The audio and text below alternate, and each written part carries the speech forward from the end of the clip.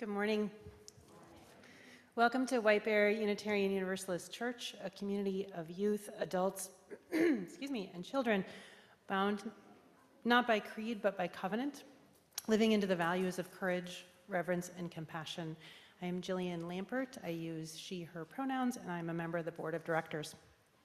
We offer a special welcome to newcomers today. We invite you to fill out a guest card at the Welcome Center right outside the doors, or you can find a link in the chat box online. We also invite you to join us for social hour, for a short, structured time of connection and community with coffee.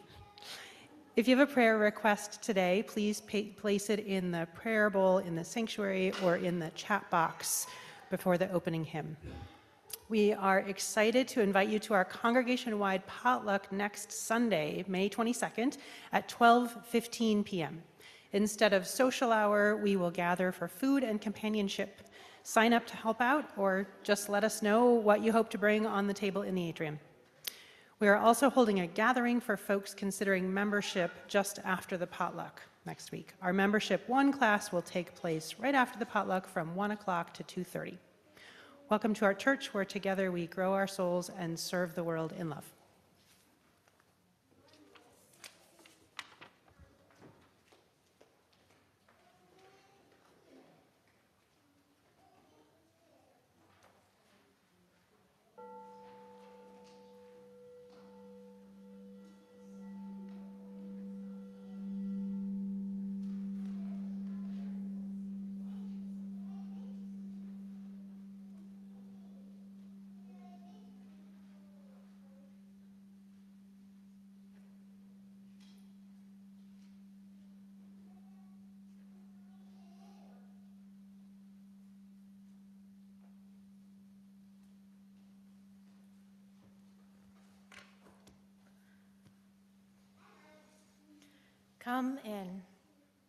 Come into this place which we make holy by our presence.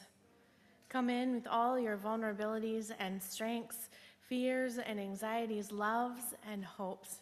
For here you need not hide, nor pretend, nor be anything other than who you are and who you are called to be. Come into this place where we can touch and be touched, heal and be healed, forgive and be forgiven.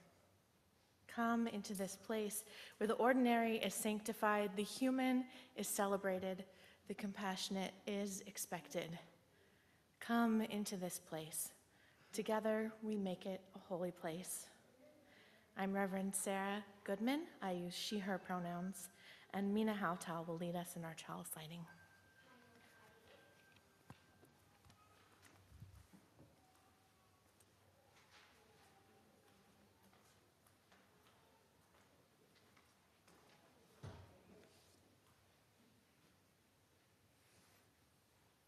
Good morning. I'm Mina Houtal, and I use she, her as my pronouns. This, I believe, is always a highlight for me, to listen to others as they journey on their spiritual paths. My current spiritual path began in the 1980s, when I became a UU. At that time, there was a growth in women's spirituality, largely due to the leadership of women within the denomination, and it mirrored a national and international movement. It asked, what if God really looked and moved within us as a woman?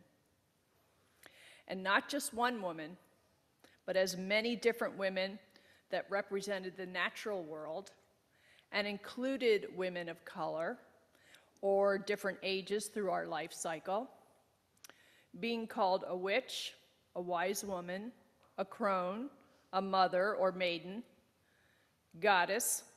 These were names that we could take back and own again. I benefited from the 2 UUA Women and Religion curriculums offered, called Cakes for the Queen of Heaven and Rise Up and Call Her Name. And they were the spark that set me on the path to explore an earth-centered spiritual life. It aligned so well with my love of creativity and the outdoors. For example, I enjoy using ritual to create change. Some would term this magic, but for me, it's really a way to use actions and be mindful to send good energy out into the universe. As we listen to the personal stories today, may we be reminded that there is no simplicity in any of the work it takes to build our own religious life. No one is telling us what to do. There is no dogma. It is up to every one of us to create our own spiritual path. May it be so, and blessed be.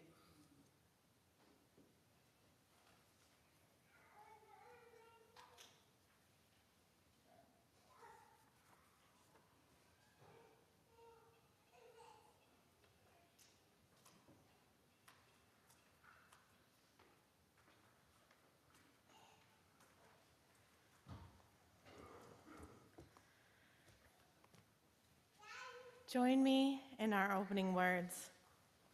Love is the spirit of this church, and service is its law. This is our great covenant, to dwell together in peace, to seek the truth in love, and to help one another. Now I invite you to join in our hymn, Let This Be a House of Peace, number 1054 in the teal small hymnal. It may be one you're not quite familiar with, so sing out loud so we can all get it wrong together. Rise in body or spirit to sing.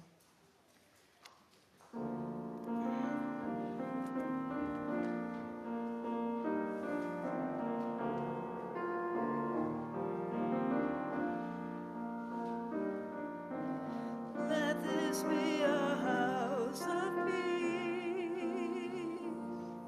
of nature and humanity, sorrow and elation. Let this be our house, a haven for the healing, an open roof for question and our inspiration. Let this be a house of peace. Let this be a house of peace. Let this be a house of freedom, guardian of dignity and without deep inside us. Let this be a house, a platform for the free ones, where all the sacred differences here shall not divide us. Let this be a house of peace. Let this be a house of peace. Let all in this house seek truth, where scientists and mystics abide in reverence here. Let this be our house, a house of our creation, where works of art and melodies consecrate the atmosphere. Let this be a house of peace. Let this be a house of peace. Let this be a house of prophecy. May vision for our children be our common theme. Let this be our house of myth and lore and legend,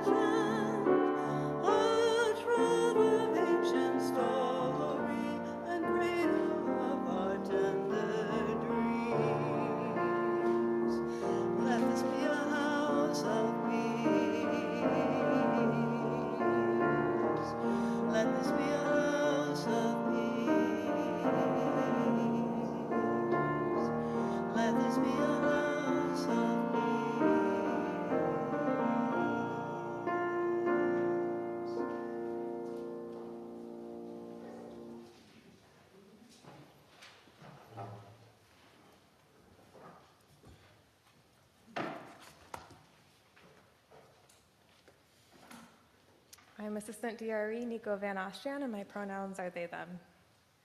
And today I brought with me a special box. I keep a lot of things in this box. In fact, I keep all of the things that I believe in here. Everyone has a box kind of like mine with a bunch of different things that we have come to believe inside it. Maybe you have a physical box like this one. Maybe you have an imaginary box, or maybe you hold all your beliefs in your heart. But in any case, all of us have some way of holding our beliefs. Some of the beliefs in there are about God, about nature and animals, about stars and black holes, and how life came into being, about right and wrong, and about ourselves and other people, and what is most important in life. It can be really hard work to decide what to put into my box of beliefs, but I got a lot of the beliefs in here from my parents and my friends, from my own life experiences, and even from my favorite stories and TV shows, and of course, from church. Every time I learn about a belief, I have to decide whether or not to put it into my box, and I want to make sure that it makes sense and fits in with the other beliefs that I have in there. And above all, my beliefs must never be used to hurt anyone. So here are some of the beliefs in my box.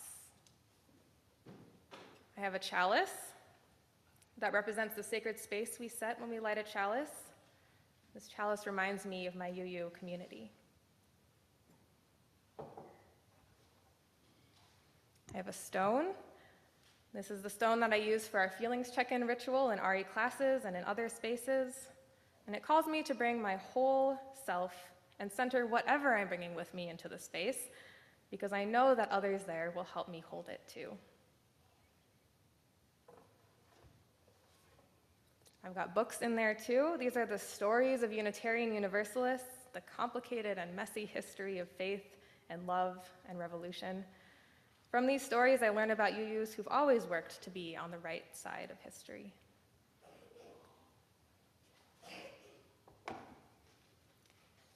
And the 8 principles are in there too. This is the UU covenant that helps me make difficult decisions, like deciding what beliefs to add to my box. Before I add anything into that box, I make sure it fits in with these 8 principles. I have other beliefs in that box too, about how the universe started, what justice means, the energy that connects us all.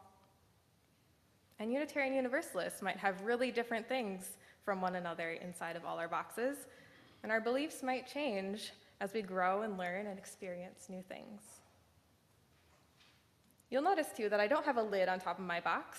That's because I add to this box every single day, as I have been doing since I was born, just like you are adding to your box every single day of your life too.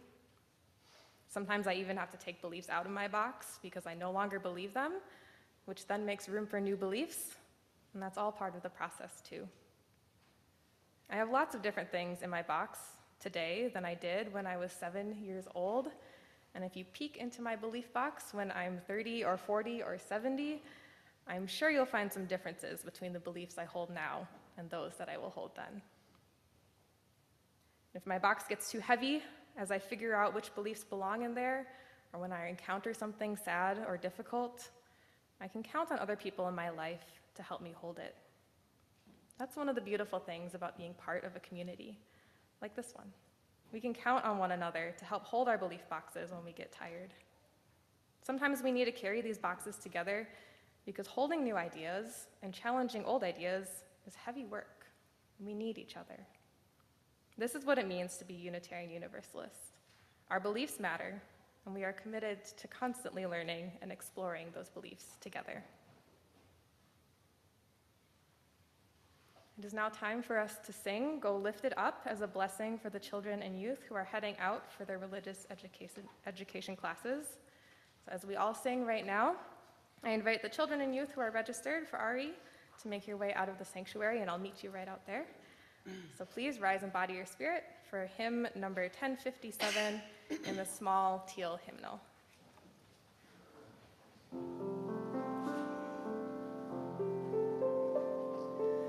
Go lift it up, love bless your way.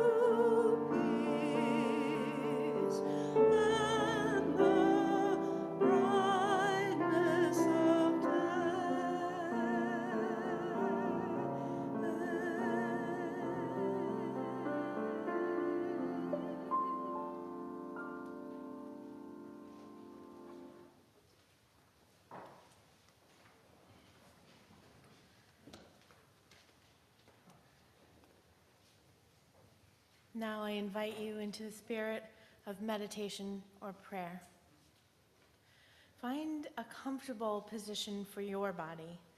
Shift in your seat, rise, move, whatever you need to do to find connection. I'd like to share these words with you by Reverend Karen Johnston. Constellation of our lives. Humans make maps of stars, choosing some stars, ignoring others, to project our imaginations onto the heavens. These maps shift over time across cultures. Names change for the same assemblage of bright points: the drinking gourd, Big Dipper, plow, lost hunters, the Sapatarishi. Humans make constellations by connecting stars. Humans make meaning by connecting stories. Story to narrative to story. Some blaze bright and some are faint. Most are backdrop to the great and mundane human unfolding. Let us imagine the story of our lives as a starry universe above our heads. May the stories we connect draw constellations that call out the best in us. We hold so many in our congregations today, and many, many across our nation and in the world. Especially today, we hold all of those who are family of the 1 million people who have died of COVID in this country. We hold the victims and families of victims and others who are experiencing trauma around a Buffalo shooting in a grocery store. We hold these particular members of our congregation, Annie and David Vale, whose mother/mother-in-law, Joanna Vale, passed on Thursday. We hold Dennis Hayden, who died 2 weeks ago, and we held his memorial here yesterday, and we are grateful for the flowers that his family donated for our worship. We hold Jeannie Rombart Clark, whose mother died this last week. In joy, we hold also the 2 co-ministers of the First Unitarian Society of Madison, the Kellys, as they're called, who are being installed this afternoon as co-ministers, and that is where Roger is to offer the sermon for that ceremony. We hold them all, and we hold in this space, in this room, open space to hear the names of those who are on your hearts, so that we may hold them all together.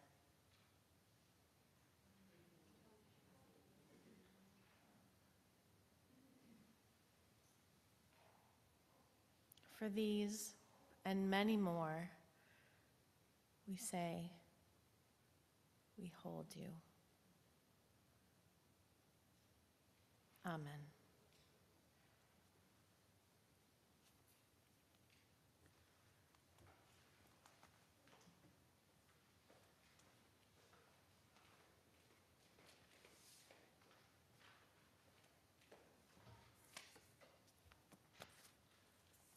Twice a month, our offering goes out to local nonprofit organizations in this community, but this morning, the offering stays right here in our community to support the programs and life of this congregation.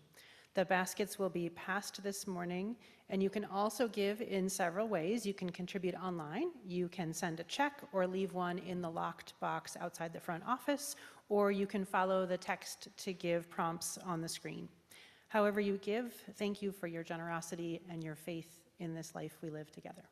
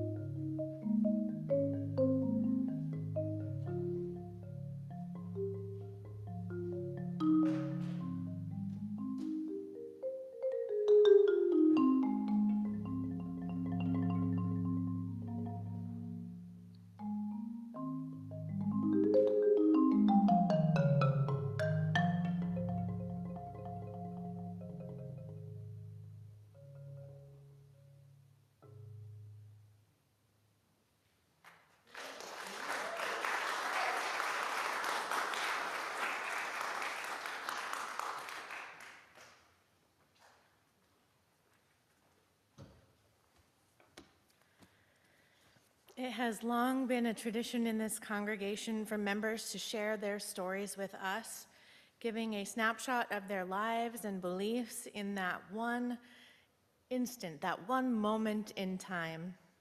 This week, we are given the unique opportunity to hear something different. We're going to get two "this I believe" statements from the same person. Dick Grant is a longtime member of our congregation who first gave his "this I believe" in 1995. And a few years ago, Dick moved to Portland to be closer to his children and grandchildren and used the opportunity of the pandemic, giving us the gift of Zoom so that he could attend worship with us and Cyber Social Hour once again. So if you're joining us on Zoom, drop a note to Dick in the comments. Lisa Sem, who moved over here today, Lisa Sem has generously offered to read Dick's 1995 statement, and after a musical break, we'll be watching a video of Dick giving his current statement. Thank you, Lisa. Thank you, Dick.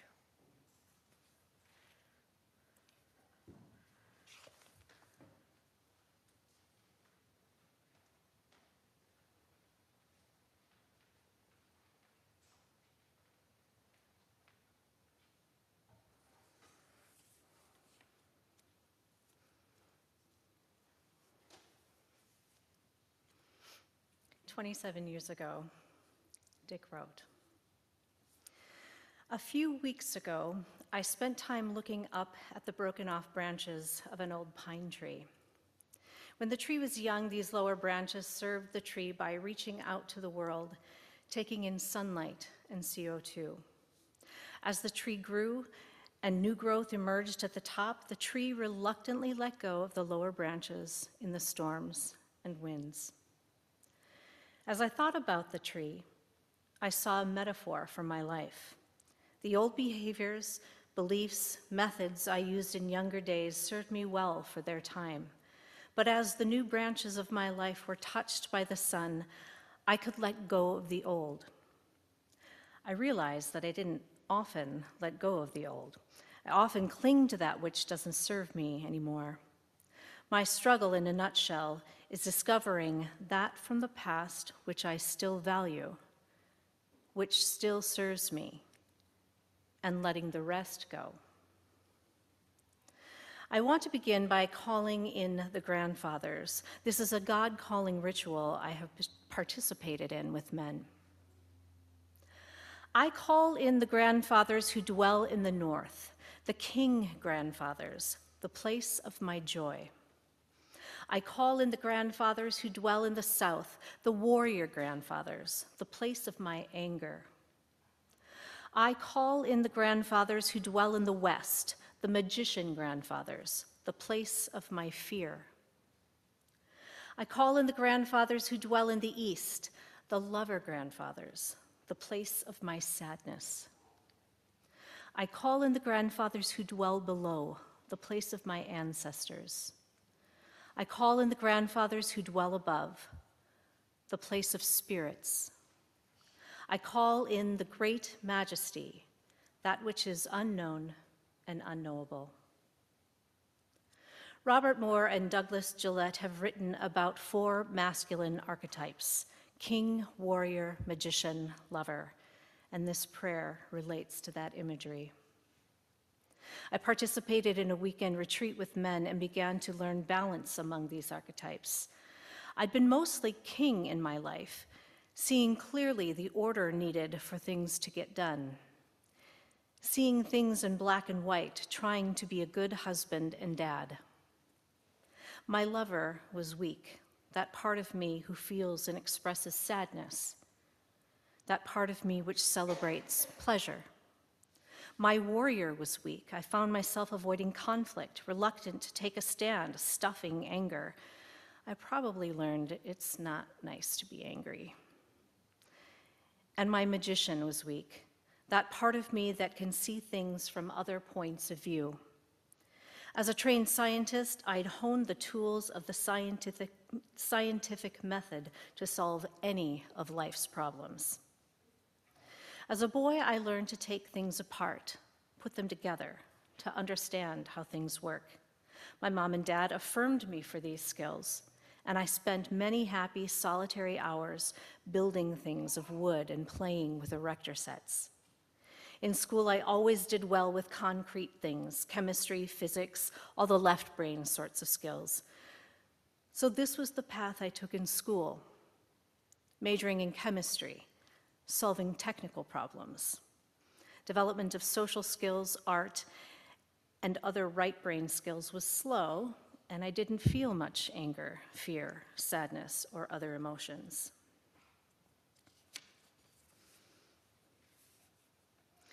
As a boy, I'm going to turn the page now. I thought I was on the path to being gentle, loving, and happy, but part of me was becoming cynical and vindictive. Surely the truth could be learned with better understanding. I continued to become skillful with tools, fixing things, building things. My spiritual path was Catholic, which offered me clear rules, security, and a cosmology which worked for me. In my career as a chemist, I began working with small parts, making the materials which became part of the whole. Later, I learned how to integrate these things into something useful, the complexities of manufactured goods.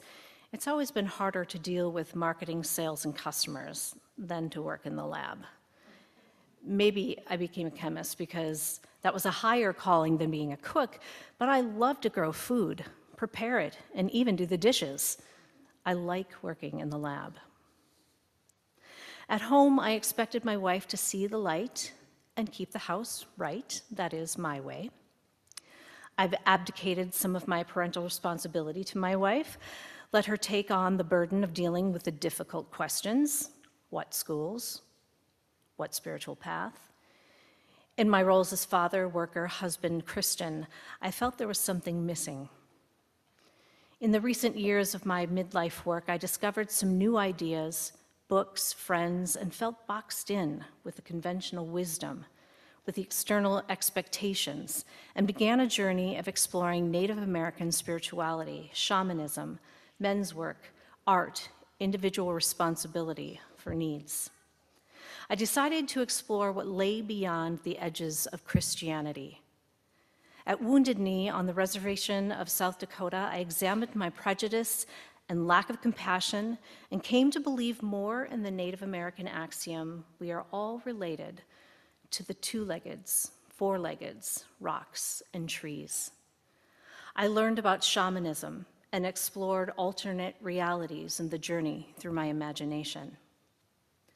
I experienced a wonderful men's work weekend through New Warriors, where I got in touch with my dark side, my shadow, and began to experience more sadness, fear, and joy, and believe it was okay. I also made some good friendships with men. From these explorations, I've come to define some beliefs. I believe in living in the moment. Now is the most important time, not when I die, not the past when I was younger, stronger, better looking, but now with you, this moment. I believe that creation continues with each of us daily, moment by moment, that God is revealed to us each, not only through the wisdom of literature, but personally in our work, in our meditation, as we be still and hear the Spirit. I believe in friendship in which I can lay my cards on the table. In preparing this talk, I'm seeing clearly it's easier and safer to declare what I don't believe. As I tell what I do believe, I'm asking you to confront me with the contradictions between my beliefs and my actions. I believe in immortality, which for me means the collective memories and history of loved ones after they've died, so there's a strong presence of the soul of the individual. I cherish the memory of the love, strength, cookies, and time I spent with my Irish grandmother, Gracie, and for me, that is the more important meaning of immortality. I believe in sin, but sins are not the quantitative list I used to count and report in my bi-weekly confession. My greatest sins are against another person, and I need redemption by confession to that person, the one whom I hurt. I believe in ritual, things we do out of habit or intention, which calm us, help us feel connected, explain our origins and our purpose. I believe in God, manifested in countless ways, but not as a patriarch, not just as a man, but sometimes as a man, sometimes as ancestors, sometimes as all that is created. Sometimes in your eyes, I see the divine. I believe in prayer. I have a hard time with worship and prayer. I felt humbled to be in God's presence with others who believe in great mystery, but I felt silly trying to pray or lead a prayerful ritual with others who don't. I believe in personal responsibility for life, spirituality, gratification, fulfillment. I won't rely on the system or outside of myself. I believe in the teachings of Jesus, Buddha, and other ancient wisdom, balanced with the teachings of my soul, as learned from meditation, journeying, and dreaming. Another of my current favorite books is Mindfulness and Meaningful Work. I've always been proud of skillfully doing many things at once, accomplishing a lot, but perhaps being mindful of little. Now I want to pay attention to each thing, to awaken my sense and spirit to breathing, walking, eating a tangerine. During the time you eat a tangerine, eating a tangerine is the most important thing in your life. As for meaningful work, I strive towards that work which delights me. Just the right balance of creativity, people, and hands-on work. Doing something which sanctifies the planet and our people. How can I reconcile that dream with my day-to-day job? M.C. Richards names the challenge for me: to live as the person he is in society as it is. He finds a way to be a poet and a citizen. He finds a way to be himself and also the son of his parents. He finds a way to connect what lies within himself and what lies without. He has taken his devils in. I want to accept myself, to love myself first, to believe I am my own source of truth and happiness, and that in meditation and other journeys to listening, I can hear the voice of God. As I continue to discover my mission in the world, I want to go beyond being cynical about what I don't believe, to go beyond figuring out what I do believe, and transform that into action in the world. At home, work, at WBUUC, and in the world. My spiritual path has diverged from my family's, and I need to accept that fact and immerse myself here in some way, I don't know. I want more connections here, more spiritual discussions. I need to go deeper in conversations with, what do you stand for? What do you struggle with? Show me your wounds, your shadow. I dearly love our meditation group here in which I get nourished in this way. I intend to share more of myself with my kids, telling them what I believe, developing more family rituals. I want to take the hero's journey, the courageous path, the one which is more fulfilling, more honest, with more integrity. So often in a conversation with someone, I find myself afraid to say what I really know, feel, or think. But later I formulate just the right response, but never deliver. I've honed some classic introvert behaviors to a fine state. I want to be a hero, a shaman, a healer, to help others face their struggles, to interpret life through art, to learn kindness. I feel courage in telling you about my journey. I'm grateful to be here.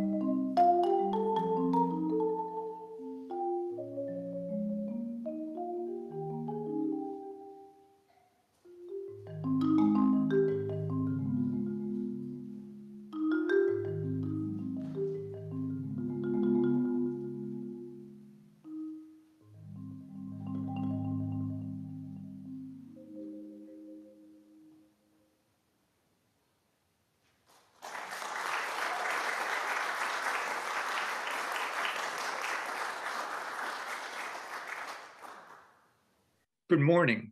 My name is Dick Grant, and I was a member here for 23 years until we moved to Oregon. In 1995, I presented my This I Believe and was asked if I would be willing to do it again. I grew in many ways while here and feel it was the most enlightening time in my life. Since then, we've loved being out here in Oregon near lots of grandkids, and until COVID, things were going great. But during the COVID years, I was diagnosed with ALS in December 2020, and I wanted to share my story with you. As you might know, ALS is a fatal disease, progressive. I grew up in Mitchell, South Dakota, with 5 siblings and loving parents. It was an idyllic childhood. Dad was a World War II veteran, band director, and he also sold insurance and was a stockbroker. Mom was a traditional stay-at-home mom and volunteer for many activities at the Catholic Church in town. My upbringing was Catholic, and I was a good boy. Well, except in junior high, where we pranked the nuns sometimes. I attended Catholic schools, including St. Thomas and St. Paul, and then grad school, Xavier University in Cincinnati. During the Vietnam era, I got drafted halfway through my master's program and was sent to Germany for 2 years, where I got tapped to be a clerk typist in an artillery unit. We also had lots of adventures over there, and I'm grateful for the time I got to serve. When I came back to Cincinnati and finished my MS in chemistry, I met my wife, Mary, and we got married at the University Chapel. We moved to Minnesota, where I had been offered a job at 3M, and we raised 4 daughters. Dad at work, Mom raising the kids. I had always loved working with my hands, and at 3M I had all the chemicals, equipment, and experiments I could use. I saw my destiny as being a 3M chemist until retirement. We belonged to Catholic churches, and I was okay with that, and in fact was part of the parish council and started a newsletter at one church we belonged to where the kids attended school. In my 40s, I had been widening my perspective about God and religion and went to Wounded Knee to open my heart a bit about Native American spirituality. I stayed with Basil Braveheart, a Native American holy man, for a couple of nights and heard stories of his life. He was a school superintendent on the reservation and later attended an education convention in the Twin Cities. He visited us in Maplewood, and we shared lunch on our picnic table in the backyard. I'll never forget his saying, Lakota blessing before we ate lunch. It was a very profound experience. Soon after, I saw an announcement that a Native American speaker would be at WBUUC, and I attended that service. On one of the next Sundays, a woman named Rose Anderson fainted in the middle of the service, and Gail Seavey halted the service and asked if there was a doctor. Dr. Kentberg responded to help Rose, and Betty Jo Perlich played the Rose on the piano. At that moment, Rose was more important than the church service. It was the most memorable event and response all the way around, and this felt like home. I began to get connected and was struck by the wholeheartedness, generosity, and creativity of everyone. I served on committees, sang in the choir, taught RE, was part of the youth group, and as many of you know, cooked for Wednesday night dinners and the French dinners. Unlike my work at 3M, where my work was expected to lead to profits, my work became to serve the community in many ways. At lunch in downtown St. Paul with my 3M buddies once, we were looking out the second floor of the restaurant to the street. And I said, "Oh, from up here, you can see the homeless people." And one of the guys said, "Oh, are there homeless people in St. Paul?" I was amazed he didn't know that. I had participated in a homeless count in St. Paul around that time. One of the social justice activities supported by this congregation was the family shelter in the old Lowry Hotel downtown St. Paul. John and Katie Bear were regularly making pizza there and did it for many years. I volunteered there as a cook and learned a lot, not only about cooking, but about homeless people who were staying there. It was a new experience, and I relished it. The cook, Mike DeYoung, not only did the cooking, but picked up donated groceries from stores, purchased food from restaurant suppliers, and recruited volunteers. It was complicated and a new realization for me about a world I had been oblivious to. At WBUUC, I served on a few committees and realized my interests lie more in service to the community than in the business of the church. So I never served on the board. At WBUUC, there are so many people I worked with and admired. When I go through the 2011 church directory, it brings up memories of all the people who inspired me to be my best, and of course, including Victoria. I don't want to start name dropping because there wouldn't be enough time. What became most important was using my gifts where most needed. It was my good fortune that 3M offered me early retirement, and I had time to expand my service to the world. I cooked at the Y Camp in Hudson, the Jesuit novitiate in St. Paul, and continued as a paid cook at the family shelter, which moved to Maplewood in my neighborhood. I cooked for the farmers at Red Cardinal Farm in Stillwater. I was also a teacher at the Franklin Learning Center in Minneapolis, where students would sit down one-on-one with teachers to learn English, math, and citizenship information. At the Open Door Learning Center in St. Paul, I taught GED science to students from around the world.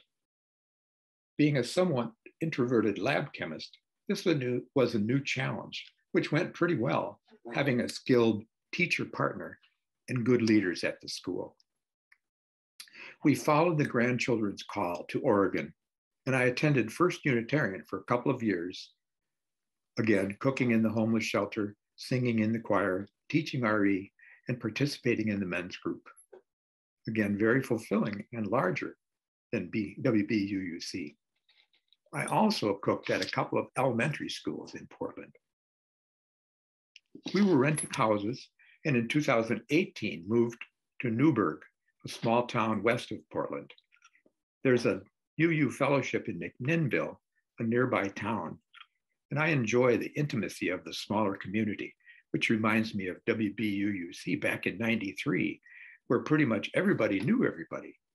And the men's group at UU McMinnville has been great. In 2018, I learned about CASA. I had never heard of CASA, Court Appointed Special Advocate. I was accepted for the program, went through the training, and was assigned a case where the mom had mental health and drug problems, and her 4-year-old son was in foster care.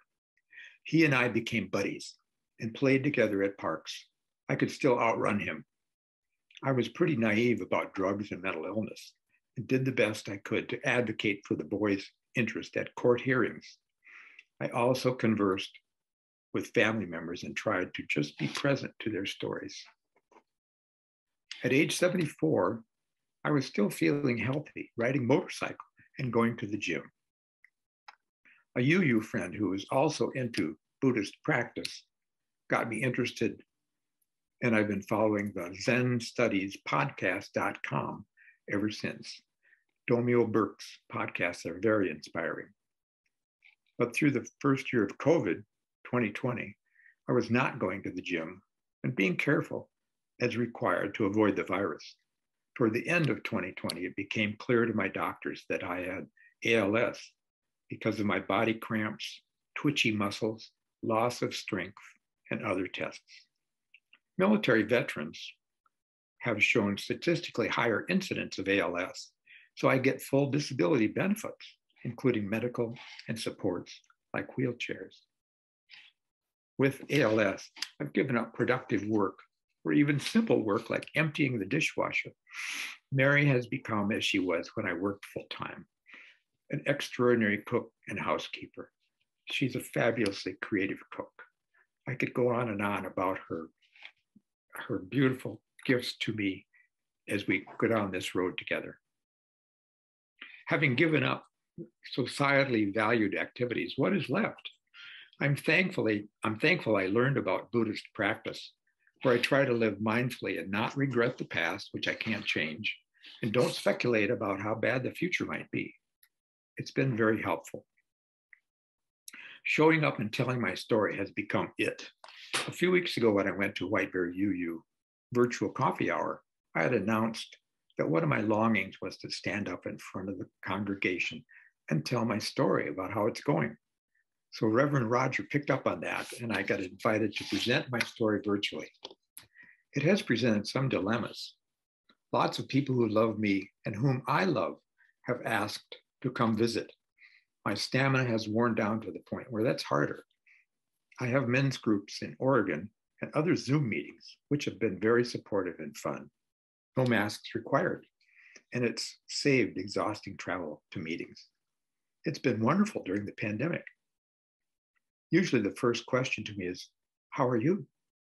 So I'm learning to calibrate my responses as best I can. It's a little tricky with grandchildren, of whom I have 11 now, 9 in Oregon and 2 in Minnesota, who were visiting recently. I'm hoping to leave them all with good memories of Grandpa Grant. Bottom line, I loved my 21 years of lab work at 3M, but came to realize I sought to serve the world and not just the corporation. Much of that realization came from being around generous, creative UUs for 23 years at WBUUC. Thank you.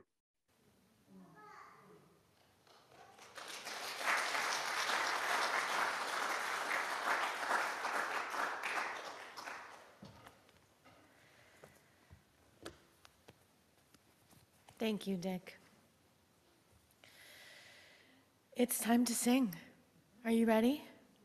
Great. We're going to sing May Your Life Be as a Song. It's number 1059 in the small teal hymnal. We're going to sing it around 2 times. Julie's going to lead us through. You may not be familiar with it. It's very easy to pick up. So sing along, sing loud. Rise in body or spirit. So this is a round, and I think we'll have this side of the hall take the second part, and that be the first part. Balcony, you can choose. I'm going to sing it through once by myself because I don't think you guys have, I don't think we've done this. So.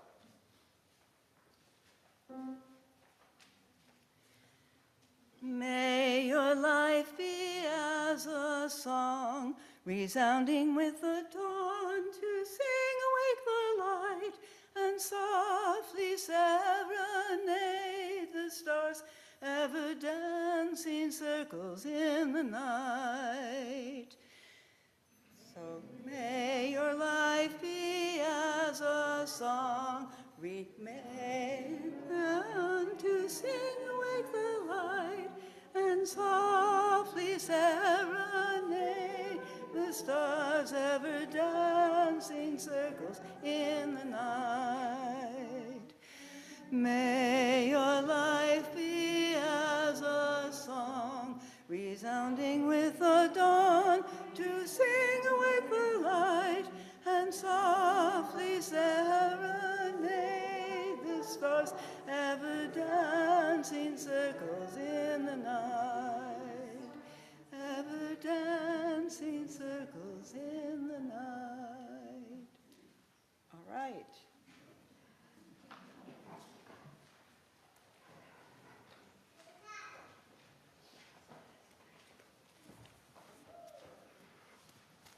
Please join me in our closing words. May peace dwell within our hearts and understanding in our minds. May courage steel our will and love of truth forever guide us.